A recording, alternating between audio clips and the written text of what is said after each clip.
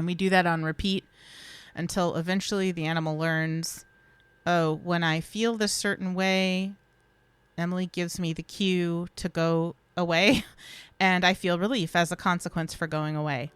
So that I'm just like cracking open this big secret that we have, how to teach animals to self-regulate.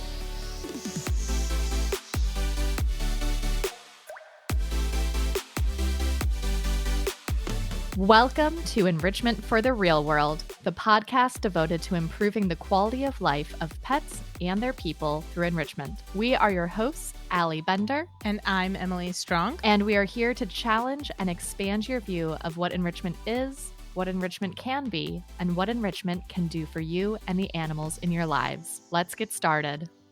Thank you for joining us for today's episode of Enrichment for the Real World. And I want to thank you for rating, reviewing, and subscribing wherever you listen to podcasts. All right, friends, today we're going to talk about cue transfers, which is a really cool skill to have because if you have taught your dog or whatever pet you're working with a behavior, sometimes you would like an additional cue or a different cue in order to get the dog to do the same behavior, right? You want multiple ways to communicate what it is that you would like your non-human companion to do.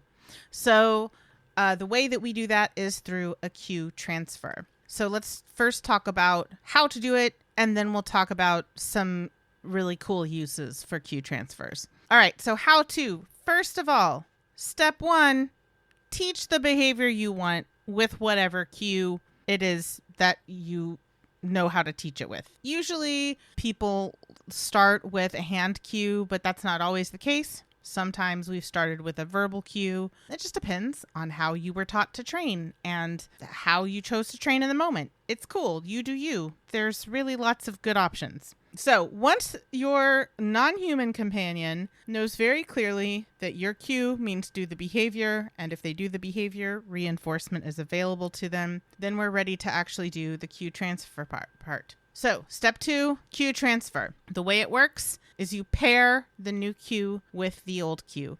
So new cue first, then old cue. So for example, if I have taught my dog to sit using a flat palm facing upwards and then bending my elbow to lift my whole hand up, hand motion, and that is my hand cue to sit, and that's what I've taught my dog. But I want to teach them the verbal cue as well. I would say sit first and then do my hand cue. And then dog sits, gets reinforced, same as always. Step three, repeat that pairing until you see the dog start to perform the behavior, or again, whatever species you're working with, until you see them start to perform the behavior before you even get to the old cue. So when you offer the new cue and you see your learner immediately start to do the behavior, they're not waiting around for the old cue to happen. That's a pretty good sign that they have made the association between the new cue and the old cue. So again, if I say sit and then I do my hand motion and I've done that, let's say 10 times in a row, and then the 11th time I say sit and the dog sits before I even have a chance to do the hand cue, cool. Then I'm going to take the hand cue away and just offer the voice cue. Just say sit, and then when the dog sits, they get reinforcement. Congratulations, you have officially transferred the cue from your hand cue to your verbal cue. So that's the process of doing a cue transfer. So let's talk about ways to use that cue transfer. The first really pragmatic reason to do that is, like I just said, it's often helpful to have both a verbal cue and a hand cue, because there may be times that your hands are occupied and you want to be able to just say a cue. And then likewise, there may be times when you're talking to somebody else, or let's say you have laryngitis and you want to also be able to communicate using your hands that what you're asking your pet to do, right? So the example that I gave in the how-to part is exactly why we would do it a lot of the time. Another really good reason to do this is if we want the cue to come from the environment rather than from us. So the way that I use this most frequently is when I am trying to teach emotional self-regulation to an animal, for example, using our flight cue or a safe space of some kind or whatever, I'll teach the behavior first. The flight cue, I'll have it on a cue or a safe space. Go to your safe space. We put that on a cue. But then I look for body signals telling me that that animal is feeling a certain level of distress. And I'm not waiting until they're super distressed. I'm looking for like the first sign that maybe they can't really cope with the situation. Like they're a little too stressed to try to observe and process and hang out. And they need to sort of remove themselves from the environment. The reason I'm being vague is because those body language signals vary from individual to individual. That's why we at Pet Harmony have our clients create ladders of escalation and de-escalation for their pets so that they know what that looks like for their individual pets. So by necessity, I have to be vague when I'm talking about this in broad terms. But when I see those body language signals that tell me that this learner is a little too stressed to succeed in this environment and they need to leave to seek safety, I first want to make sure that the consequences for the behavior that I've given them, the safe space behavior or the flight cue behavior, whatever, include relief as one of those consequences. So not just whatever socially mediated consequence I'm inserting into their learning process, which is usually food or petting or something like that. But also I want to see that relief is a consequence for those behaviors. And again, I have to be vague. I don't know what that looks like for any given animal because we have to identify what their ladder of de-escalation looks like and what relaxation looks like in their body. But when I know for sure that relief is one of the consequences happening to the behavior with the old cue that I taught them how to do that behavior with, then I'm going to use those body language signals that tell me they're a little too stressed in this environment to succeed. And I'm going to follow those body language signals with my old cue. So the new cue is their own body. Their body language signals become the new cue that I pair with the old cue. And we do that on repeat until eventually the animal learns, oh, when I feel this certain way, Emily gives me the cue to go away and I feel relief as a consequence for going away. So that I'm just like cracking open this big secret that we have, how to teach animals to self-regulate.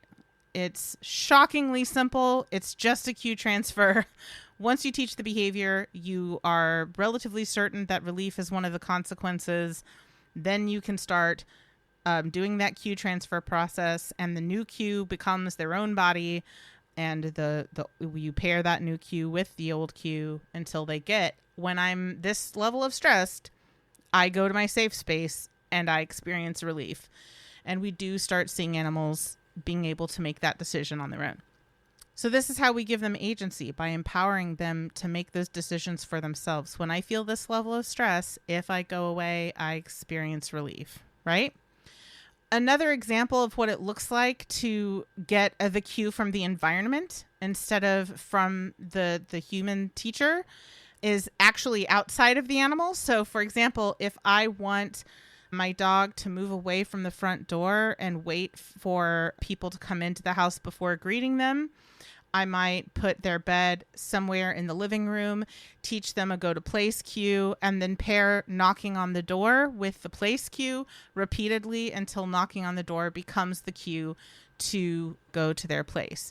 So that's another example of pairing an environmental cue with your socially mediated cue, the cue that you created, in order to have a behavior happen because of something that happens in the environment rather than it only happening because you asked the learner to do it. So that's another way that we can empower our learners, is just teach them when these environmental things happen, you can handle that by doing this other thing, and then really good things happen when you make that decision on your own. And that's what making that decision on their own looks like, right? So the most common mistakes that I see people make with this cue transfer process First of all, trying to do a cue transfer before the animal is actually proficient at the behavior, and that can just be really confusing for them.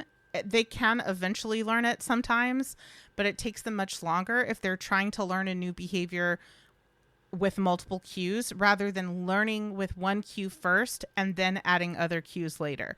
So make sure the animal knows the behavior pretty fluently as a response to that cue before adding a new cue. That's the one mistake. The second most common mistake I see is people mixing up the order. So doing old cue, new cue instead of new cue, old cue. The thing that makes that association so powerful is that predictive nature.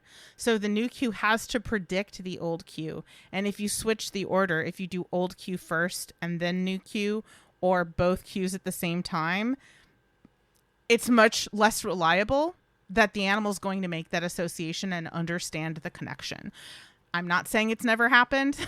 I've seen, especially dogs are extraordinarily good at figuring out what we're asking them, whether or not we're being clear communicators. So yes, I am sure that sometimes that works.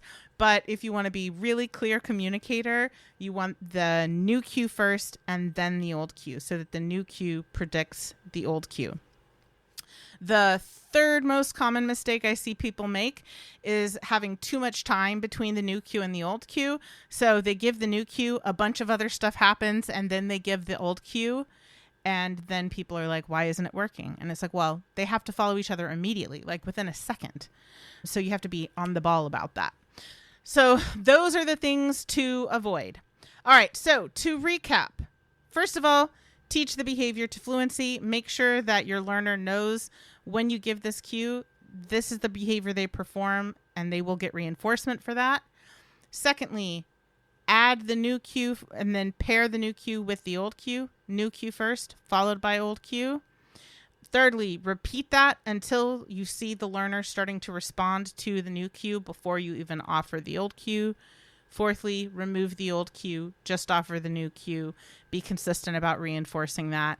And ta-da, your learner has now learned to do that behavior with multiple cues instead of just the first one you taught them. Okay, that's it. I would love to see your examples of this. So if you can share on Instagram, tag us at Pet Harmony Training. Share videos of you doing a cue transfer with whatever species you're working with. It would bring me joy to see those videos. So please show them. I would love to see them. I hope you enjoyed today's episode, and if there's someone in your life who also needs to hear this, be sure to text it to them right now. If you're a pet parent looking for more tips on enrichment, behavior modification, and finding harmony with your pet, you can find us on Facebook and Instagram at Pet Harmony Training. If you're a behavior training professional dedicated to enrichment for yourself, your clients, and their pets, check us out on TikTok and Instagram at Pet Harmony Pro. As always, links to everything we discussed in this episode are in the show notes. Thank you to Ellen Yoakum for editing this episode and making us sound good. Our intro music is from Penguin Music on Pixabay. Please rate, review, and subscribe wherever you listen to podcasts. That helps more pet lovers and professionals find us so they can bring enrichment into their world too. Thank you for listening, and here's to harmony.